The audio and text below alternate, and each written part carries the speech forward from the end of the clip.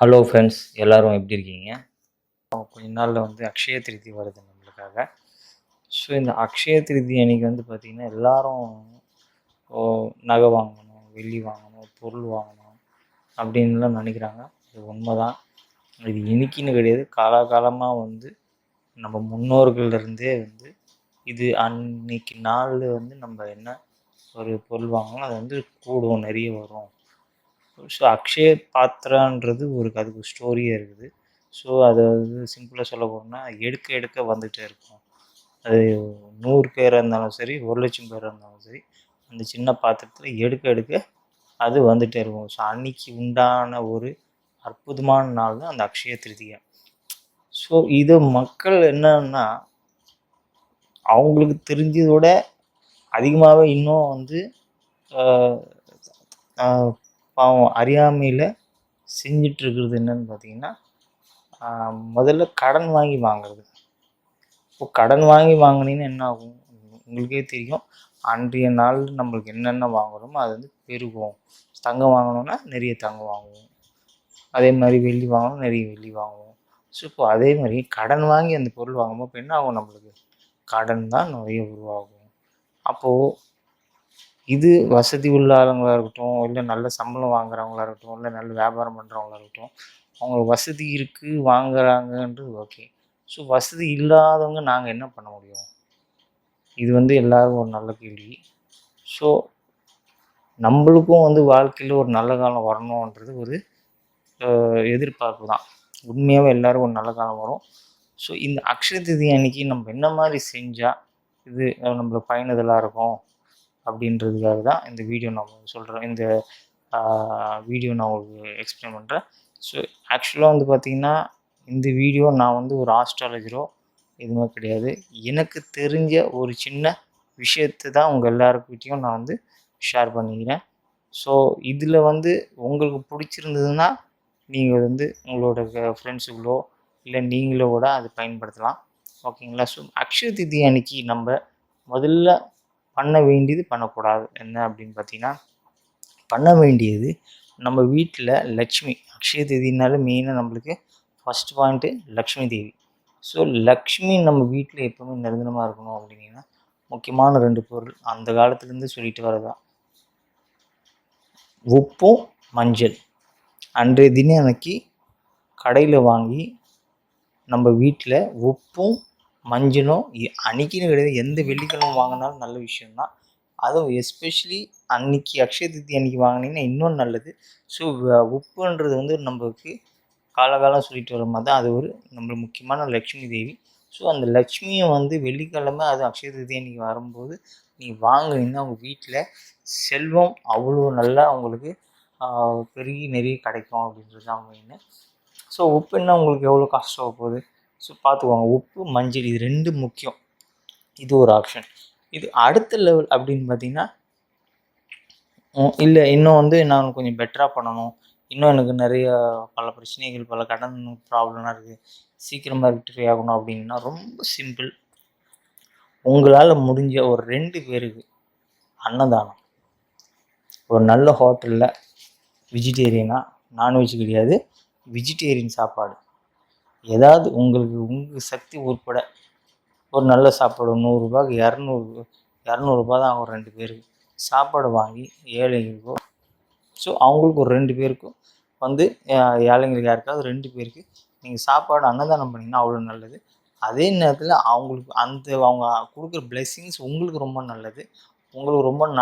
2வது பார்த்திங்கன்னா உங்கள் குடும்பமும் சுபிக்ஷமாக இருக்கும். ஓகேங்களா? அவங்க கொடுக்குற பிளெஸ்ஸிங்ஸ் உங்கள் குடும்பமும் சுபிக்ஷமாக இருக்கும். அதே மாதிரி பார்த்திங்கன்னா அடுத்தது, ஸோ எப்படி நம்ம இந்த மாதிரி ஒரு சின்ன வேலைகளும் செய்கிறோமோ, ஒரு மோர் வாங்கி கொடுக்குறது, அப்புறம் ஒரு பென்சில் வாங்கி கொடுக்குறது, ஏழைகளுக்கு புக்ஸ் வாங்கி கொடுக்குறது பசங்களுக்கு.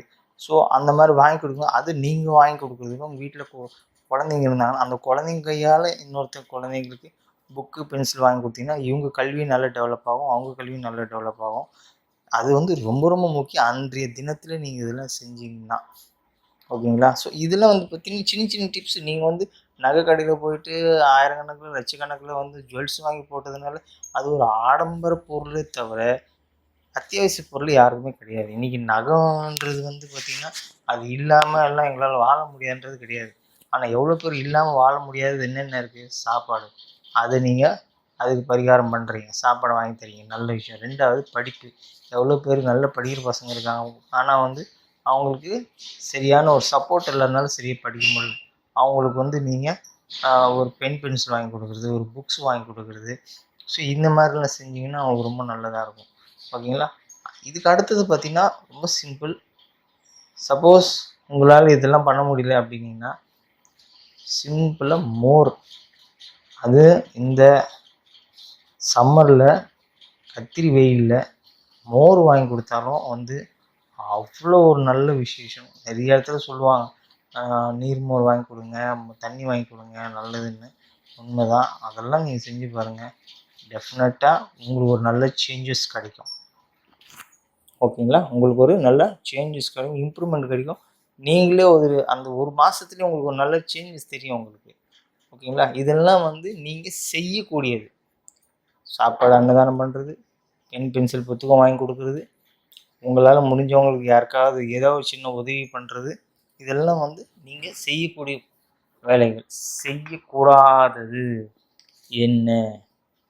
மெயினாக எக்காரணத்து கொண்டும் கடனை மட்டும் வாங்கிடாதீங்க. அன்றைக்கி ₹1 இருந்தாலும் கொடுத்துட்டு வாங்கிக்கோங்க, தவிர நான் அப்புறம் தரேன் இதோ தரேன் அப்படின்னு ₹1 கூட கடன் வைக்காதீங்க. ஏதோ ஒரு சூழ்நிலை, ஒரு சில்லற இல்லை வந்து தரேன் அப்படின்னு சொல்கிறீங்கன்னா அது ஓகே. ஆனால் எஸ்பெஷலி மெயினாக ஒரு கடனாக மட்டும் அன்றைய தினத்தில் மோஸ்ட்லி நீங்கள் எவ்வளோக்கு எவ்வளோ தவிர்க்க முடியுமோ அவ்வளோக்கு அவ்வளோ அந்த கடன்லேருந்து நீங்கள் வெளியில் வர்றதுக்காக தான் இவ்வளோ கஷ்டப்படுறீங்க. அந்த கடன்லேருந்து வெளியில் வரணும்னா மெயினாக நீங்கள் கடனை வாங்கக்கூடாது. ஓகேங்களா? முதல்ல நீங்கள் கடனை வாங்கக்கூடாது. 2வது பார்த்தீங்கன்னா, ஓகேங்களா? ஸோ மெயின் கடன் வாங்கக்கூடாது. 2வது யாரையும் வந்து வாய்க்கு வந்தபடி பேசக்கூடாது. அசிங்கமாக திட்டுறது, கோவப்படுறது, அடிக்கிறது, ஸோ இன்னொருத்தங்களை கஷ்டப்படுத்துறது. அன்றைய தினத்தில் மட்டும் தயவு செய்து சொல்கிறேன், உங்களால் முடியலன்னாலும் பரவாயில்ல, நீங்கள் கண்டிப்பாக ட்ரை பண்ணியாவது இந்த அன்றைய தினத்தில் மட்டும் யாரையும் எதுவும் சொல்லாமல் திட்டாமல் நீங்கள் பாட்டுன்னு நீங்கள் சிவனேன்னு உங்கள் வேலையை வந்து நீங்கள் வந்து இருந்துட்டீங்கன்னா, அது உங்கள் வீட்லேயே இருக்கட்டும், ஆஃபீஸு எங்கே இருந்தாலும் சரி, நீங்கள் அன்றைக்கி ஒரு நாள் மட்டும் கொஞ்சம் கூலாக கண்ட்ரோலாக இருந்து திட்டுற வேலைலாம் விட்டுட்டு நீங்கள் செஞ்சு பாருங்கள். நான் சொல்கிற ரிசல்ட் உங்களுக்கு கண்டிப்பாக ரொம்ப நல்ல ஒரு ரிசல்ட் கிடைக்கும்னு சொல்லலாட்டியும் அட்லீஸ்ட் கொஞ்சம் சின்ன சேஞ்சஸாவது உங்கள் வாழ்க்கையில் நடக்கும். அது நிச்சயமாக என்னால் கேரண்டி கொடுக்க முடியும். ஸோ நான் சொல்கிற இதெல்லாம் செஞ்சிங்கன்னா, ஸோ இதுக்கு வந்து நீங்கள் பெரிய நான் சொன்ன மாதிரி முதலே சொன்ன மாதிரி நகை வாங்கணும், அப்புறம் பொருள் வாங்கணும்னு கிடையாது. ஒருவேளை எனக்கு நகை தான் வாங்கணும், வெள்ளி தான் வாங்க போகிறேன், தங்கம் தான் வாங்க போகிறேன், பொருள் தான் வாங்க போகிறேன் அப்படின்னீங்கன்னா வாங்குங்க. ஆனால் தயவுசெய்து கிரெடிட் கார்டோ இல்லை கடனோ இல்லை இஎம்ஐலையோ எடுக்காதீங்க.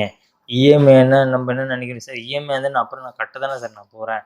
கட்டுறீங்க, எப்படி கட்டுறீங்க? கடன் வாங்கி தானே அப்போது கடன் தானே வாங்குறீங்க.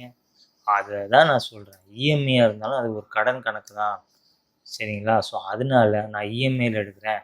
ஸோ அதனால் வந்து நான் வந்து இந்த பொருள் எனக்கு பிடிச்சிருக்கு, நான் இஎம்ஐயில் எடுத்துக்கிறேன், எக்ஸ்சேஞ்ச் பண்ணி எடுத்துக்கிறேன். இதெல்லாமே கூட கடன் கணக்கில் தான் வரும், தவிர உங்கள் கணக்கில் அதாவது மொத்தமாக கொடுத்து வாங்குற மாதிரி கிடையாது. ஏன்னா இந்த பொருள் உங்கள் சொந்தம் கிடையாது. எப்போ சொந்தம்? மொத்தம் இஎம்ஐ நீங்கள் கட்டி முடிச்சதுக்கப்புறம் தான் அந்த பொருள் உங்களுக்கு சொந்தம்.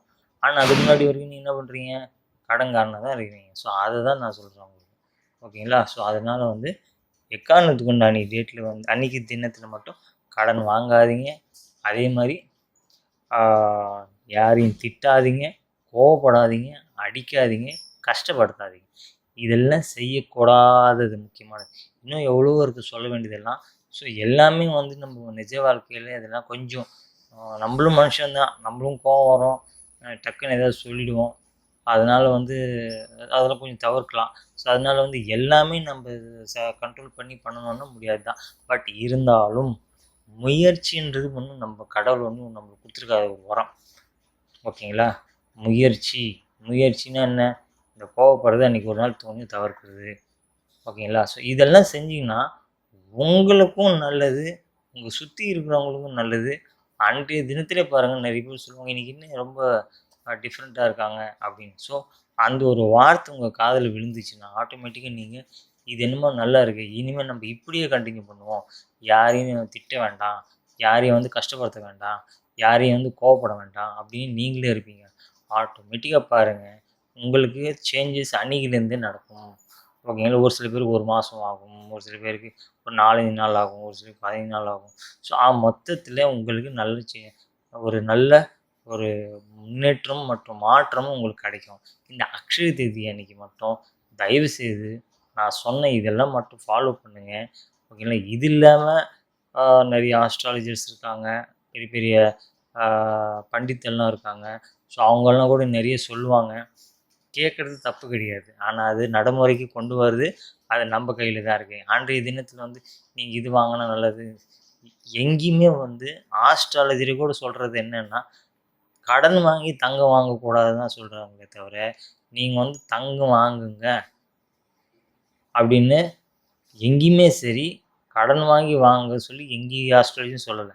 கடன் வாங்க வேண்டாம்னு தான் சொல்கிறாங்க. ஆனால் நம்ம என்ன பண்ணுறோம், அன்றைக்கி தான் வந்து எல்லாங்க உங்கள் பணம் நீங்கள் கடன் வாங்கி கட்டுறீங்க. ஓகேங்களா. ஆனால் என்ன பண்ணுறீங்க, கடன் வாங்கி கடன் தான் சேர்க்குறீங்களே தவிர, ஆனால் சந்தோஷமாக இருக்க முடியுது உங்களால். என்னன்னா காரணம் இதுதான். இந்த ஒரு அக்ஷய திதிக்கு மட்டும் ஒரு சின்ன சேஞ்சஸ், மாற்றங்கள் இது மட்டும் நீங்கள் செஞ்சு பாருங்கள். அன்றைக்கி அன்றைய தினத்தை காலையில் சீக்கிரமாக எழுந்துக்கோங்க, நல்ல விஷயந்தான். இவ்வளோ நாளில் காலைல 6 மணி 7 மணி, ஒரு சில பேர் 8 மணிக்கெல்லாம் கூட எழுந்துக்கிறீங்க. அன்றைக்கி ஒரு நாள் மட்டும் ஒரு 4:30 5 மணிக்கு எழுந்துக்கோங்க, நல்லா குளிச்சுக்கோங்க, குளிச்சுட்டு வீட்டில் சாமி கும்பிடுங்க, கோயிலுக்கு போயிட்டு வாங்க. முடிஞ்சால் உங்களுக்கு நேரம் கிடச்சிதுன்னா பிரசாதம் செய்யுங்க, பிரசாதம் செஞ்சு கொண்டு போய் கோயிலில் கொடுத்துட்டு பகவானுக்கு சன்னிதானத்தை வச்சு சாமி கும்பிட்டு அங்கே இருக்கிறவங்களுக்கெல்லாம் கொடுங்க.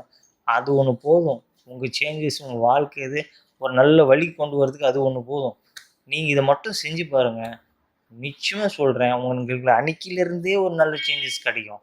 நீங்கள் நகை கடைக்கு போயிட்டு 1 லட்சம் 2 லட்சம் கொடுத்து தங்கம் வாங்குறதுனாலையோ, இல்லை நீங்கள் ஒரு பெரிய பொருள், ஒரு நான் டிவி வாங்க போகிறேன், ஃப்ரிட்ஜ் வாங்க போகிறேன், இல்லைன்னா ஒரு பைக் வாங்க போகிறேன், கார் வாங்க போகிறேன், என்ன இருக்குது அதில், கடன் வாங்கி தான் நீங்கள் அதெல்லாம் வாங்குறீங்க. இதை மட்டும் நீங்கள் கோயிலுக்கு போயிட்டு வாங்க, பகவானை சேவிச்சுக்கோங்க. அவங்கள சேவிச்சாலே போதும். செல்வம் வந்து ஆட்டோமேட்டிக்காக நீங்கள் தேடி போக வேண்டாம், அதுவே தேடி உங்கள் வீட்டுக்கு வரும். உங்களுக்கு நிச்சயமாக நான் சொல்கிறேன், என்னோட அனுபவம், என்னோட பேர் நான் பார்த்துருக்கேன் என் கண் முன்னாட. ஸோ என் கண் முன்னாடி பார்க்குறதுனால இதெல்லாமே வந்து உங்களுக்கு நான் வந்து ஒரு சின்ன வீடியோ மாதிரி நான் உங்களுக்கு போடுறேன். ஓகேங்களா. தயவுசெய்து நீங்கள் இதெல்லாம் வந்து ட்ரை பண்ணி பாருங்கள். உங்கள் வாழ்க்கையில் ஒரு நல்ல சேஞ்சஸ் கிடைக்கும். உங்களுக்கும் மட்டும் இல்லாமல் உங்கள் ஃப்ரெண்ட்ஸுங்களுக்கும் இதெல்லாம் நீங்கள் சொன்னாலும் போதும், அவங்க ஆட்டோமேட்டிக்காக மாறும்போது அந்த கிரெடிட் உங்களுக்கு தான் வந்து சேரும். ஸோ அதனால் வந்து உங்களுக்கும் ஒரு நல்ல வாழ்க்கை கிடைக்கும், அவங்களுக்கும் ஒரு நல்ல வாழ்க்கை கிடைக்கும். ஓகேங்களா. ஸோ நான் சொன்னது மட்டும் ஞாபகம் வச்சுட்டு இந்த 2 மட்டும் பண்ண வேண்டியது பண்ணக்கூடாது என்னென்னன்றது, பண்ண வேண்டியது பண்ணக்கூடாதது திரும்பி சொல்கிறேன், இதே தான். ஸோ என்னென்னலாம் பண்ணணும் என்னென்ன பண்ணக்கூடாது இந்த வீடியோவில் முதல்ல சொன்ன மாதிரி நீங்கள் அதை மட்டும் ஃபாலோ பண்ணுங்கள். டெஃபினட்டாக உங்களுக்கு ஒரு நல்ல சேஞ்சஸ் கிடைக்கும். ஓகேங்களா. அதை வந்து மற்றவங்களுக்கும் ஷேர் பண்ணுங்கள். இந்த நான் சொல்கிறது வந்து இந்த ஒரு அக்ஷய திதியை மட்டும் இல்லை, எந்த அக்ஷய திதியாக்கும் நீ இதே மாதிரி ஒரு ஃபாலோ பண்ணிகிட்டே வந்தீங்கன்னா நிச்சயமாக சொல்கிறேன், உங்கள் வாழ்க்கையில் நல்ல சேஞ்சஸ் கிடைக்கும், நல்ல இம்ப்ரூவ்மெண்ட் கிடைக்கும். சரிங்களா. ஸோ அது மட்டும் பண்ணி பாருங்கள். ஓகேங்களா. ஸோ இந்த வீடியோ வந்து எல்லாருக்கும் ஷேர் பண்ணுங்கள், உங்கள் ஃப்ரெண்ட்ஸ் அவங்களுக்கு எல்லாருக்கும். தேங்க்யூ.